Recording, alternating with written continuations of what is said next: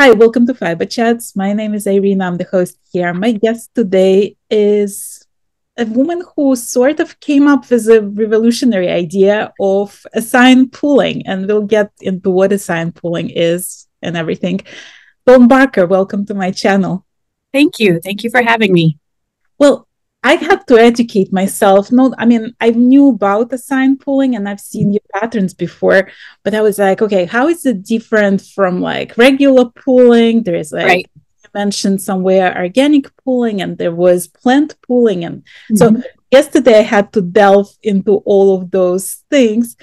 But let's educate my viewers. Let's tell them what's the difference. What's the difference between organic pooling and plant pooling and Sure. fine pooling, and what made you decide to delve into that? Sure. I usually describe pooling in three basic categories. Like you said, organic pooling is just the pooling that you're going to naturally get when you knit with a skein of variegated yarn. And when we say pooling, we mean when colors stack up or puddle or pool in a little cluster, like a little blob or a blotch. And it's usually not looked at as something desirable. And so that's organic pooling, the pooling that just happens when you're knitting with a variegated skein of yarn. Planned pooling is a technique. It's a really neat trick that you can make your yarn do, where you actually calculate the distance between the color changes in a skein of variegated yarn and cast on a very specific number of stitches in order to get a pattern to form when you knit with it or crochet with it.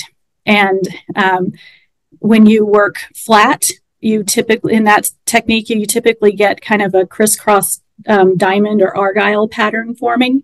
And if you do that in the round, you can get your colors to stack up in columns, like in vertical columns. And it's really cool. The problem with it that I see, I mean, it's a beautiful technique in its own right, but it's very rigid, because if you don't calculate that magic number perfectly, then the trick doesn't work.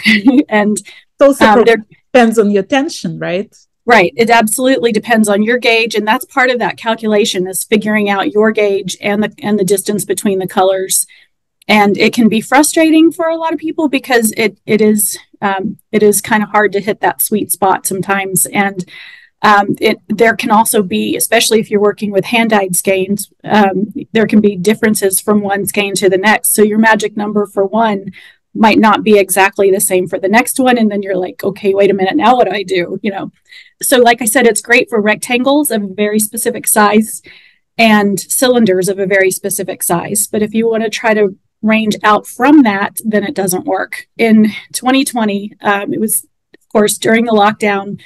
A dear friend of mine who owns a yarn shop was just starting to produce Zoom classes for her customers so that they had something to do during lockdown. And she had asked me to teach a class on ways to use hand-dyed variegated yarn, period. So I immediately thought how to use that hand-dyed variegated yarn and to minimize pooling, like how to disguise it, how to make it disappear, how to manage it and make it behave. And so I taught a class for her that probably that October, I believe, of 2020, on ways to minimize and disguise pooling when you're working with hand-dyed yarn. And it was great. I did all these months of research to prepare for this class, and I learned so much about pooling and why it happens. And so I decided, after I taught that class, I had this thought: what if I could make this a feature instead of something that we're trying to hide? And that was kind of my aha moment, when I thought, what if I could use one of the techniques that I had used a lot in trying to disguise pooling was to apply different texture stitches to the work and make your yarn kind of bend and twist and change directions as you're working, and that can help minimize the effect of pooling. And I thought, what if I could take one of those texture stitches that I've been using and isolate it within just one range of yarn, one color range. So because I'm a dyer also, I ran out to my dye shop and I threw 3 skeins of yarn in the pot and dyed a quarter dyed skein, which is not a new technique of dyeing. And I spun them in my spin dryer and didn't even wait for the first one to dry all the way before I spun it and cast it on. And I just had this idea and I wanted to, I don't know if that happens to anybody else, but I cast on and started working, and I tried to use a form of the anemone stitch, which was one of my favorite stitches at the time to disguise pulling. And I wanted to see if I could create that full stitch in one go, like in one row, instead of building it over a series of rows like it's usually made. And the first little floret cluster was born. And I remember working a small section of it and running it up to my best friend at the time managed a yarn shop here in town, and she was at work, and I called her and I'm like, can I come show you something? And I ran up there to the shop and showed it to her. And I said, is this weird? Is this like, do you think anybody will like this? Like, is this just weird, or is it something interesting? And she's like, no, I think you should keep going, you know, because I only had about this much of it done. And that first project was my first float shawl. And I released the first 3 patterns. I started playing with some other techniques as well. And I released Float, Sprout, and Mend were the first 3 in March of 2021. And everything kind of blew up from there. And I didn't really intentionally try to come up with something new. It just kind of happened that way. And I never expected it to take off like it has, or for people to embrace it like they have. And it's been just kind of astounding to me that it's turned into what it has. Well, when we talked about plant pooling, you mentioned that it involves like lots of math, right? Because you have to be very precise with like measuring exactly which portion of the yarn you're gonna dye. What about assign pooling? I wanted to have something that could be applied to any shape, and to use like a dye technique that was already commonly, like something that was already out there. I wanted it to be something that was approachable, not just for me, because I can't dye all the yarn. Like other dyers are doing this now too, and I'm grateful for that. But I wanted it to be something that already existed. And I really honestly didn't measure a specific amount. Like I literally just went with approximately a quarter of this skein when it's folded into loops in a hank, laid in a pan, about a quarter of it one color and about 3/4 of it another color. And that was a ratio that I had already used. And I just wanted to see if I could come up with a way to make that work. And so in my patterns, I try to build flexibility into it, since there's not like some like worldwide standard that everybody uses. And so I try to make stitches that I incorporate. I try to make them flexible enough that you can make it work for the yarn that you have and for your gauge. So, yeah. About that whole research of like what kind of stitches would work for assign pooling. How did that go for you? I'm constantly trying new things. I comb through stitch dictionaries, like looking for different forms of cluster stitches and any kind of texture stitches that I can isolate within that color range. And I try lots and lots of things, and only a handful of them usually stick. So I'm a big believer in just because you can doesn't mean you should. And there have been some experiments that nobody will ever see that I just didn't think looked like, I didn't think it was good design. So I try to make things that I think are reproducible and beautiful, and things that follow the kind of, it's almost like learning the rules of a game. And so I have in my head these parameters, these fence posts that I try to stay between. And if I can make it work within those that framework, those guidelines, then it usually will work.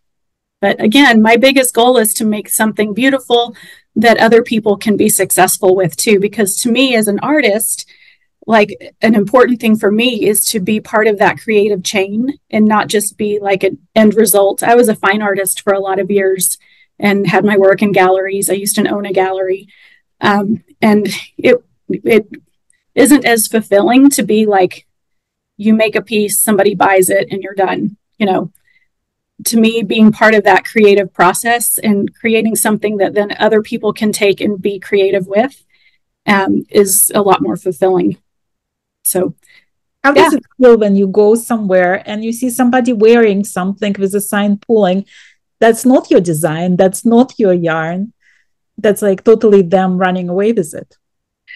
Gosh, that's a good question. There have been some things that have stung along the way, some things that haven't felt so good. But there have been there have been a lot of people who have been very supportive, and it's very gratifying to me to see other people have take this idea that I came up with and then like see what they can do with it. And again, that's part of being part of that creative chain, that process where everybody is an artist. Everybody has the ability to express themselves through whatever medium they choose, and our world happens to be yarn. But I really do enjoy it when I see other people come up with ideas and like build on what I've come up with. And sometimes if it's like, I'm not gonna lie, when it's a straight up copy, that's not fun. Like that does, like I said, that stings a little bit. But when it's somebody that credits my work and says like, this is what Dawn Barker did, but this is what I've done with it. Like, look at how far can we take this idea? I think that's a really cool thing. And I actually was witness to a situation when two different designers published pretty much like the same exact shawl. It was with a sign pulling, and they got into the fight over whose idea was that. And I know your name was not mentioned there at all. Yeah. So I have had, to be honest, I have had a lot of backlash. That's been kind of the dark side of this process. And with, I think the technique took off a lot faster than my name did, because a lot of people didn't know who I was and still don't. And that's okay. But I think that back in the beginning, I had a lot of people sending me some very nasty, very hurtful, very personal messages, direct messages on Instagram and emails, saying some really nasty, unkind things, saying that I didn't come up with this. And I've been very clear from the beginning that I didn't create pooling. I didn't create planned pooling.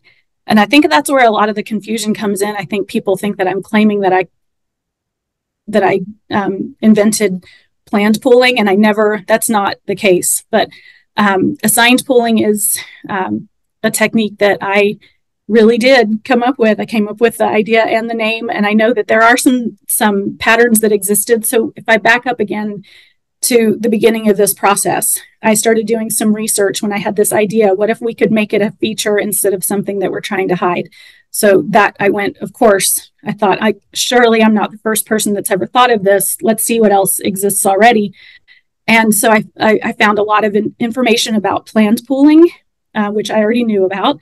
And I saw maybe 2 or 3 different patterns that switched from very basic stitches from like knits to purls, like just very, like I call them stitch switching patterns, because you're just kind of switching from one to another. But the overall effect, the overall look of the fabric that's created really doesn't look that different than just regular organic pooling. And so what I was trying to do was isolate a different motif, or a different, like make it look like a flower, or make it look like baubles, or whatever texture we're working with. I tried to make it, I really tried to focus on the texture more than just switching between one stitch or another. And so, yeah, it hasn't always been easy. But overall, I would say, 90 to 95% of it has been very positive. So I try not to focus on the negative part. You mentioned that you were in fine arts before. Do you feel like coming up with the idea of assigned pooling limited your imagination and your creativity as a dyer? Limited it, or that I think that speaks to even a bigger question of, does it limit me to, like, as a designer too, and not just a dyer? I was a designer and a dyer before I came up with assigned pooling, and there are a lot of other styles that I love. And this is the thing that I'm known for now, but it's not the only thing it's kind of like being a musician and having one hit. You don't want to be a one hit wonder, or you don't want to be typecast as an actor in one specific area. And so that is something that I still design a lot of patterns that are not assigned pooling. Sadly, they don't get as much attention usually as the ones that are. But I'm also trying to push assigned pooling into different directions where I'm combining it with other types of stitches. Another passion of mine is slip stitch color work. And so I've got a whole series of patterns and coming out with more. I can show you a sneak peek of one if you want to see, that'll be coming out this fall, that combines slip stitch color work and assigned pooling together. So I call them stitch collabs. I'm trying to collaborate between two different styles. So assigned pooling on one side, and then either lace or just different background textures, mostly slip stitch color work. A lot of those lend themselves well to combinations with assigned pooling. This is one that I just finished, and I'm working on the pattern now. And it's going to be called the breezeway shawl, because the rectangles in it remind me of breeze blocks, like an architectural supply. But it combines slip stitch color work in these kind of low contrast neutral colors that create the rectangles in the background. And then the assigned pooling portion are little noops done like this. So that's kind of for the last year or so, that's the direction that I've been going in, is coming up with more. It's funny, I've been asked so much for simple beginner one skein projects. And then personally, I've been trying to come up with more complex projects as well. So it seems like I don't have very much in the middle right now. I'm either doing something one skein and approachable and very simple, which is important, and then more complex ones that are a little more challenging. I find it interesting for designers, because on one hand, you understand that there are more people who are beginners or intermediate in the craft. And so by creating a pattern that's accessible for beginners, almost guarantee the success of the pattern more than if you coming up with something very sophisticated. But on the other hand, you as an artist probably bored of creating one skein wonders, so it's that balance of yes, humor yourself and how to keep the pattern sales as well. When I was a fine artist, I always worked in relatively large scale pieces. I had a hard time working on small scale. That just wasn't what I did. And I feel the same in my art now as a designer.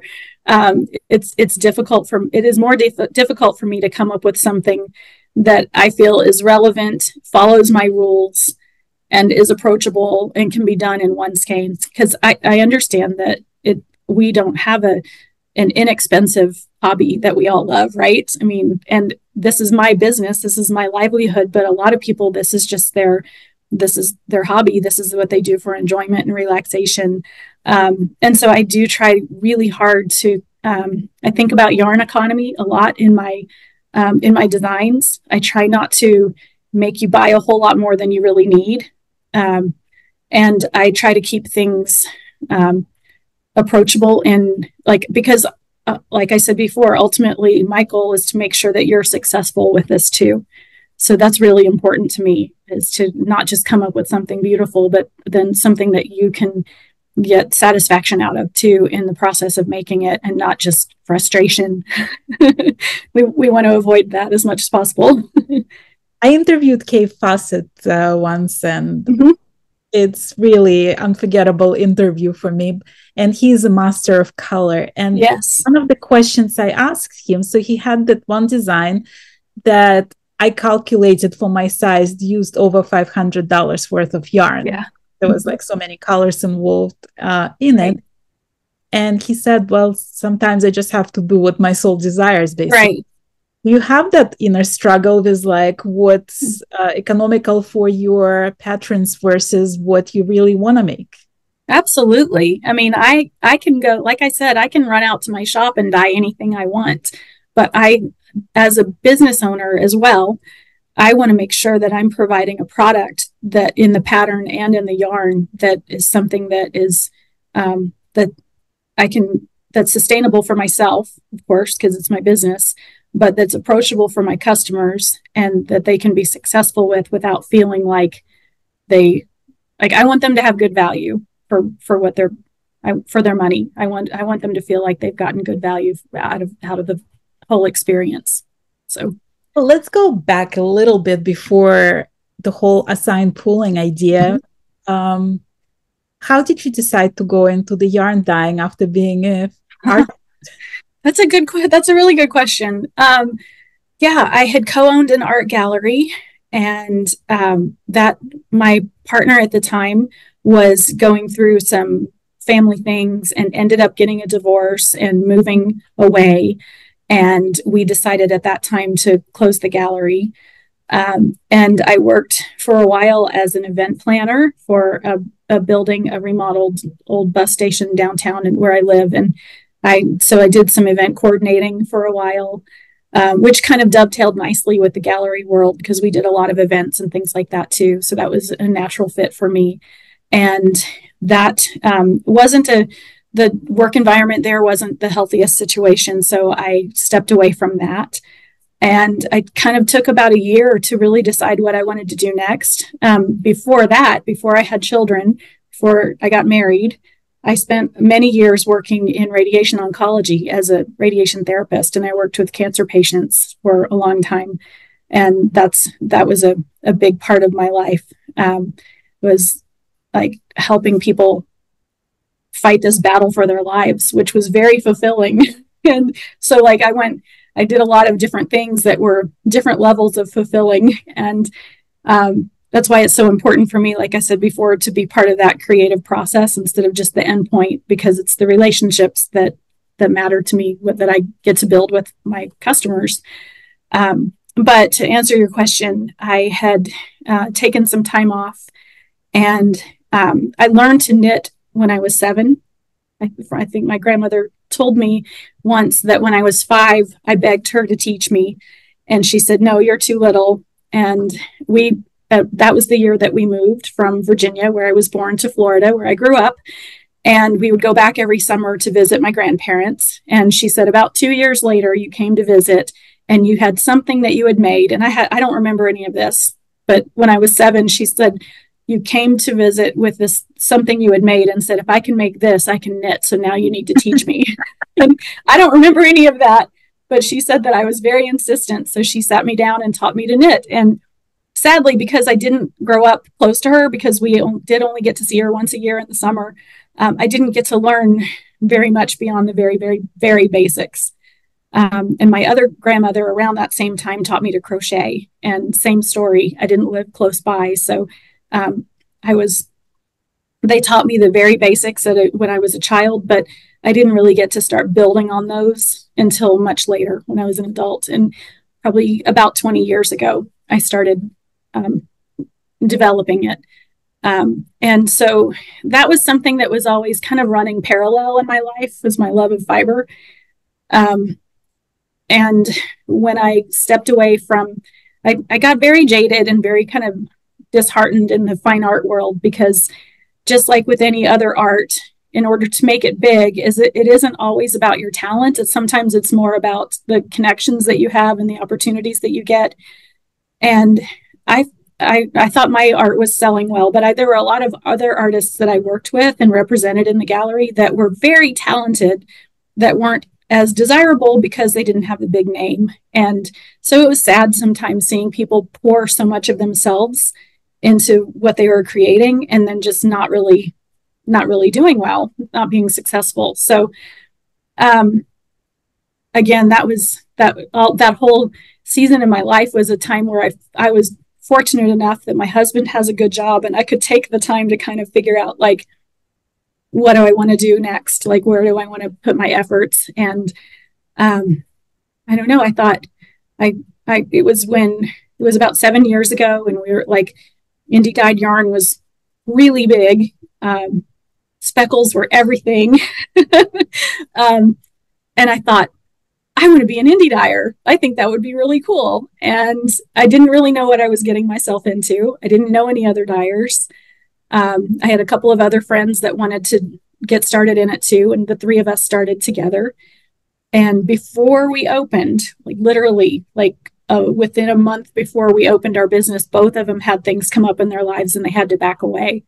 So I started it. I feel like they helped give me the push into starting, not getting paralyzed in all of the details, but they helped me get started. And then they stepped back, and it's been mine the whole time. But well, you mentioned speckles, and it's like I'm watching the whole industry, and things change rapidly. They do. Mm-hmm. And what's been popular like 5 years ago, now people look back and they're like, ooh, are you afraid that that's going to be the fate of a sign pulling at one? Absolutely. I know that this is a wave that I'm riding, and I don't know how long it will last. It's already lasted longer than I thought that it would. And as long as I keep being asked for more, then I will continue doing it. But like I said, this is only part of what I do. Like I feel like I'm established enough in my own right as a color enthusiast, as an artist, as a dyer, and as a designer, that like I just don't want people to think that this is the only thing that I'm able to do. So I always continue to create in other ways. So tell me about your experience with Knit Stars. Oh, it was wonderful. It was a huge growth experience because I'm naturally rather introverted, and it pushed me a lot to get myself out there more, and to stretch, and not always in comfortable or easy ways, to grow in my comfort in doing interviews like this, or in posting more of my personal life online for people to get to know me. I mean, just the fact that they come to your house to film all of it, and they want to see your life, and they want to see where you live and where you create. And that was kind of hard for me to wrap my head around. Yes, I made my husband paint the living room before they came. Like, we've got to do like all these projects, and no, we didn't do that much. But that was definitely a thought. Like, oh my gosh, the whole world is going to be in my house. Like that was definitely a challenge. But as far as the organization goes and the quality of the product that they produce, it's just top notch all the way through. Shelley Brander is an incredibly gifted person, thinks in ways that I don't think. So her whole team is structured in a way that really helped me grow and learn quite a bit. So it was a fantastic experience. Now, I love watching Knit Stars, all of them, because like I had Shelley on my channel. If you guys want to watch that, I'll put the link in the description of this video. And it was fascinating to hear her story and how she lifts all the other fiber artists up along herself, Yeah, she really does believe in that. And she says that all the time, that a rising tide floats all ships. And she really lives that way. Like, that's one of the things I admire most about her, is that she really, she's not just producing a business for her, to sustain her life, like to pay her bills, like that. She really does care about the fiber community, and works hard to tell the stories so that it lifts up other makers too, and in the process lifts up the makers that use her product. You mentioned those 3 skeins that you took to a pot to start the sign pulling. Do you have a personal stash? Like, is there a personal stash, or is it always like the 3 skeins in the pot and don't wait until it dries? 50-50 maybe. I do have quite a few things, but like, because I am a dyer and I'm always producing, I have I'm either developing new colors, or I'm working on dyeing a current collection. I usually try to like swap things out in spring and fall a little bit. And so I do have quite a bit of yarn in my house, just because I am a home-based business. So I definitely can shop from my own stock, But as far as like a personal stash with things that like I covet and hold on to, and I don't have as much of that. I don't. I have a few that are special, that will get knit into something someday when I figure out the right project. But most everything is just like, because I'm trying to sell not just the patterns but the yarn too. I'm usually trying to, when I'm whatever new patterns I'm working in, I try to produce them in my current colors. So it's usually pretty easy to just kind of dye what I need. I interviewed Cecilia Campuchiaro at one point, and she was talking about how she has so many ideas that she doesn't have time to knit for what she feels like, and she sort of misses that selfish knitting time herself, just to do other people's patterns and to do what she wants. Do you feel the same way? Like, do you ever? Absolutely.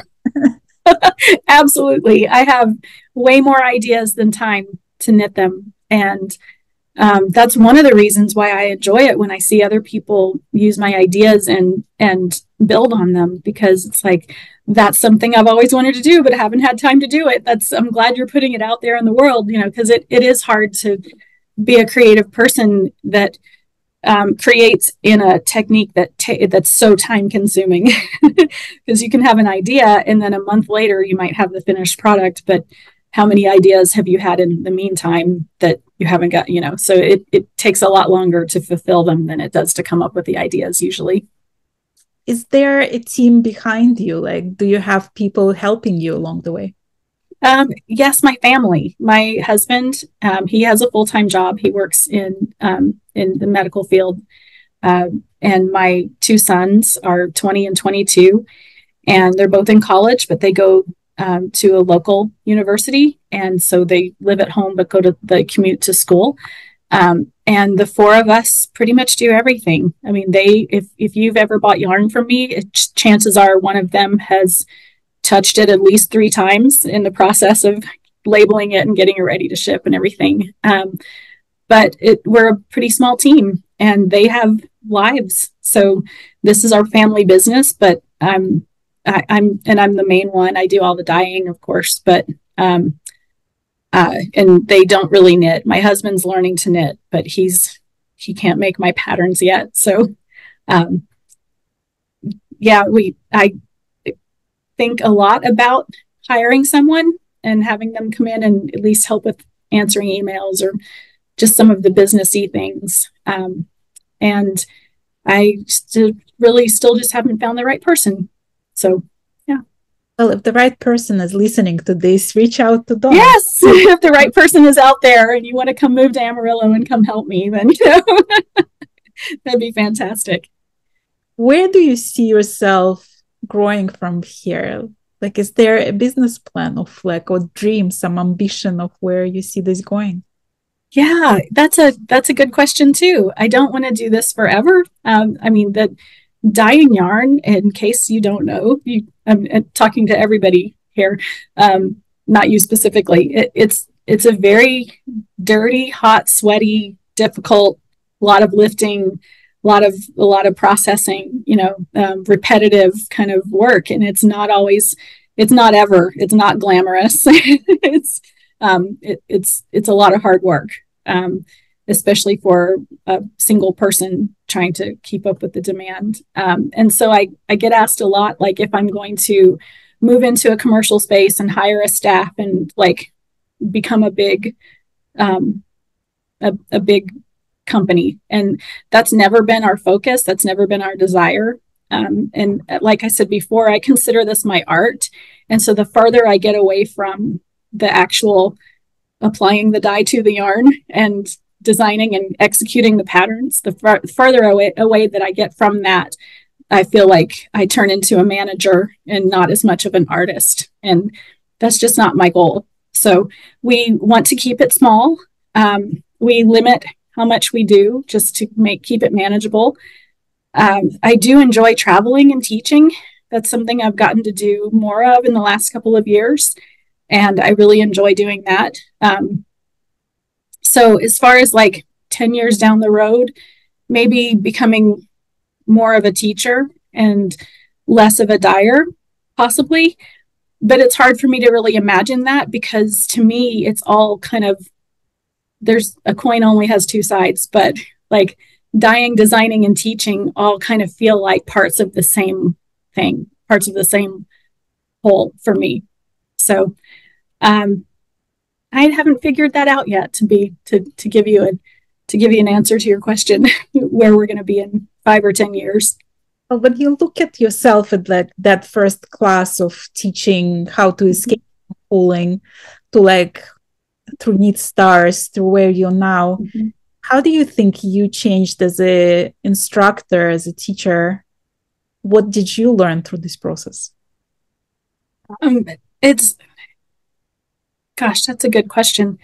I've learned a lot about myself and the ways that I like how comfortable I am with myself and my process, and being able to share that with other people. I've always been a teacher too. Like that's always been something that's been, whether it's with my own children or when I worked in healthcare, I was always doing patient education. I worked with students in my hospital.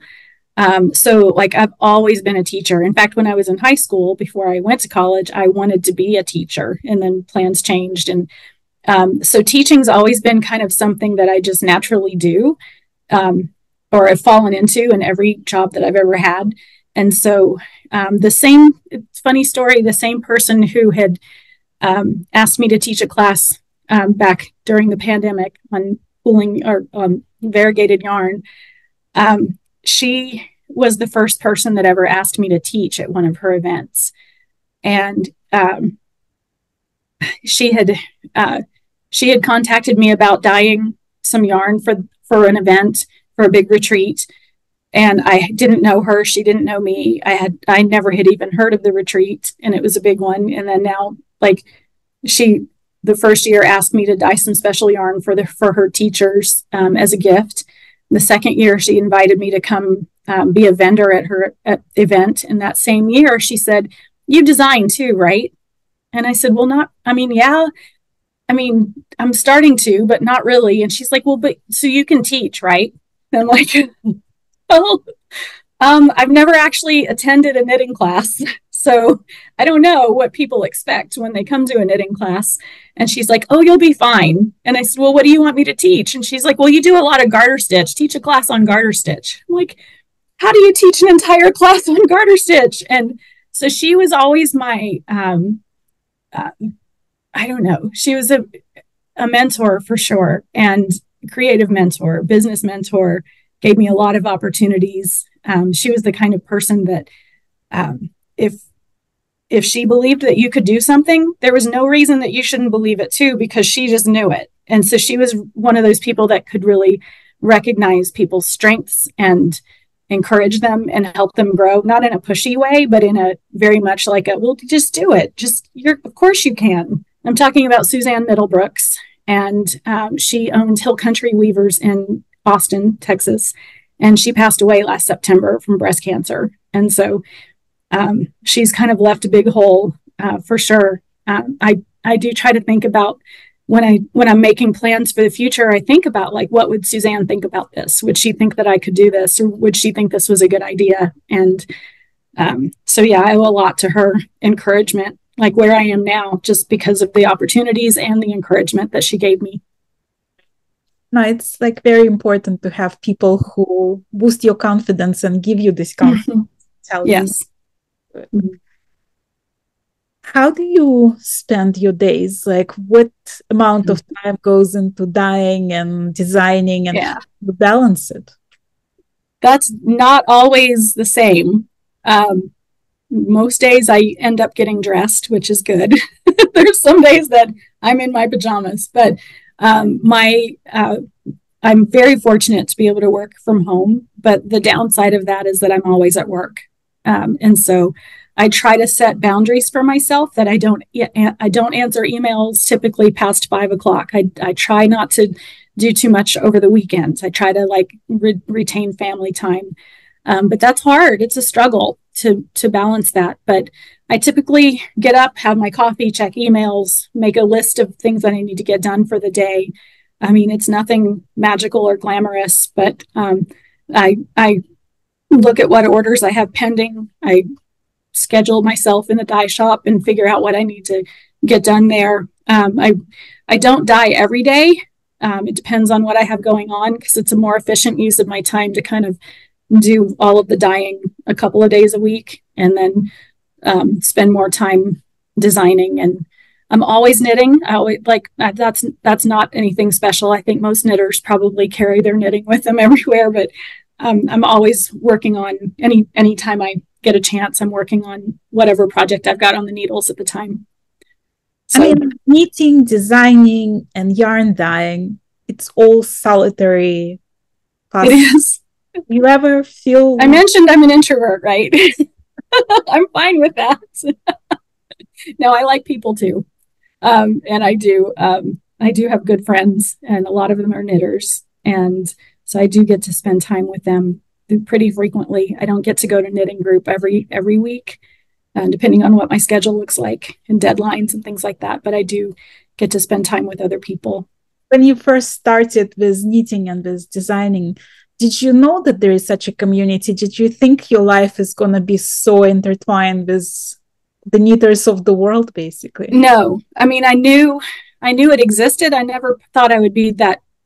I thought I was going to be like one little part of it. And I still am just one little part of it because it is so massive. But I just never thought I would know so many people in so many places like that. It's opened up. It literally has opened up the world. And I think that's really neat that I have friends all over the place. You mentioned that your technique is more well known than you are. Would you want it to be otherwise? Would you want the fame of this is Dawn? Yeah. No, I mean, it's nice to get the credit for what you've done.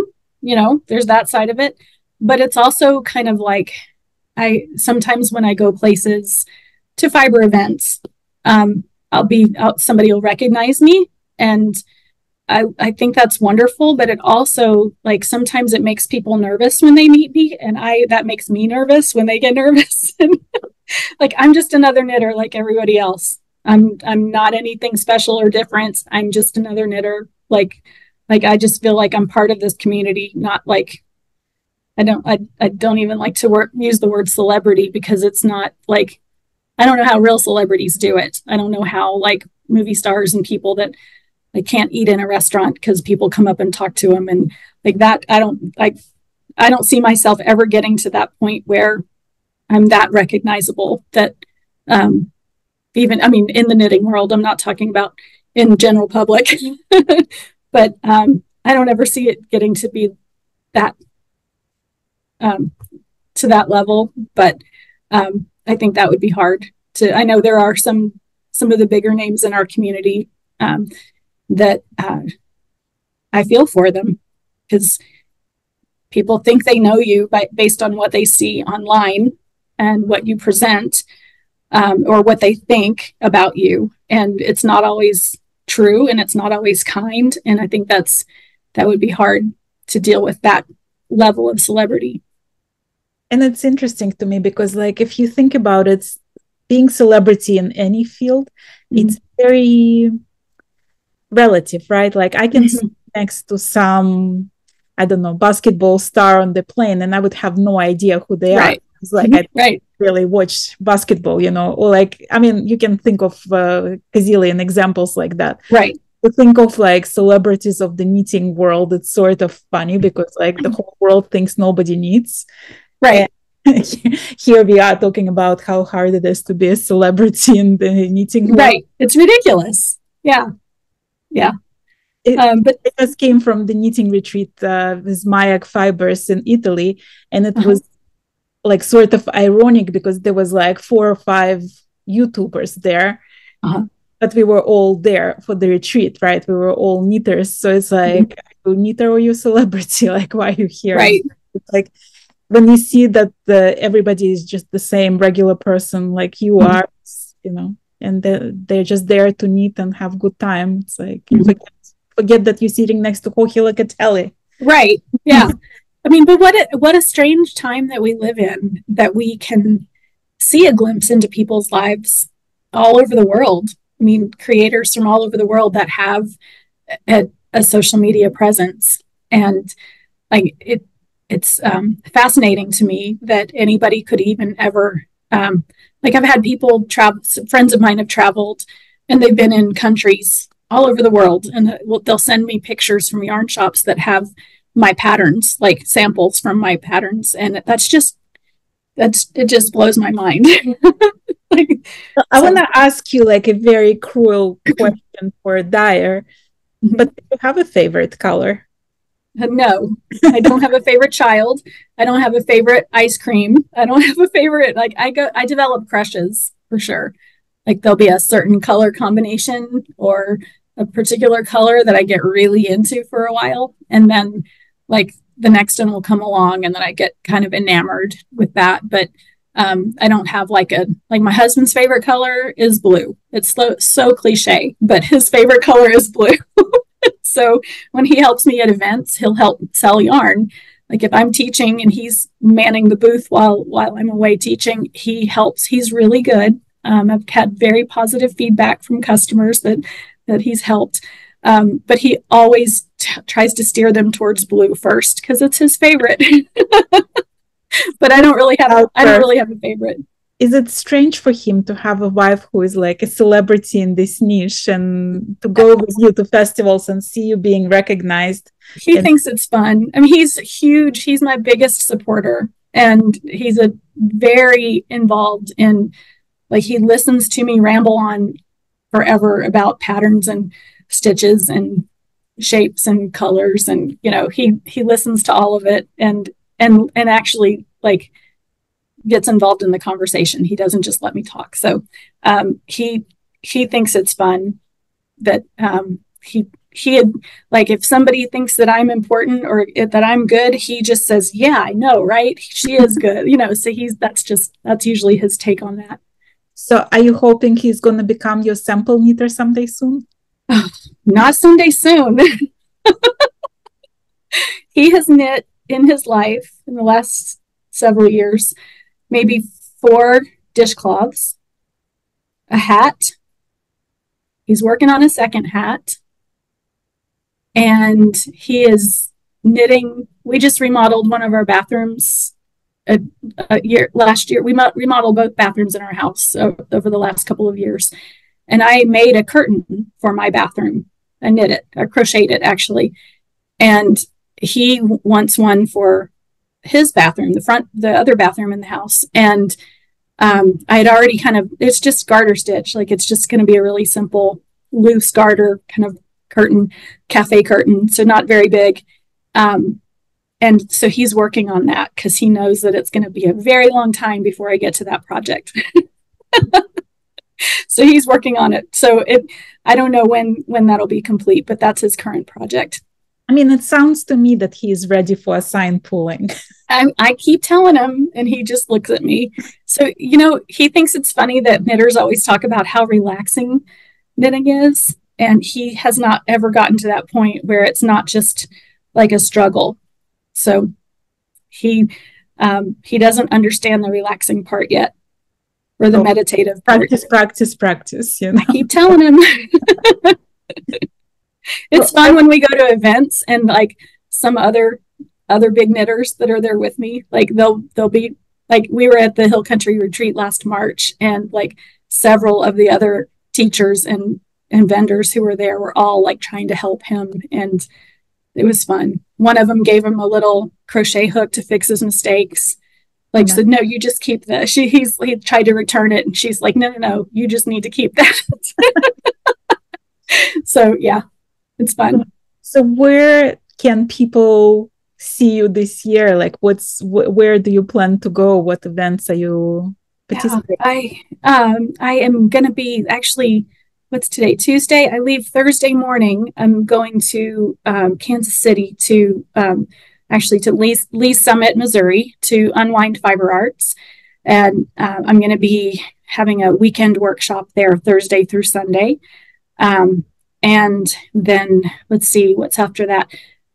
Dallas Fiber Fest in September is the next big one. and that's in, I think, third week of September. And I'm still trying to decide whether or not I'm going to Rhinebeck this year, just as a attendee. But it would be fun to see you there. I'm hoping to go. I've got some other, like both of my parents are having some health struggles, so I'm trying to decide how I'm going to divvy up all my time this year. But that's it for this year. Next March, I'm going to be in San Diego teaching for the North Coast Knitting Guild there. And that's really about all I have on the schedule right now. So, which doesn't sound like very much, but I did a lot of traveling in April, May, and June of this year. And so like somehow when I'm gone, the yarn just doesn't get dyed. So that's the downside of being a dyer and a designer and teacher. Like they all have to kind of balance each other. So yeah. Well, I hope to see you at one of the festivals, and it was so lovely to have you as a guest of my channel. And it was delightful. Thank you for having me. Thanks, Dawn.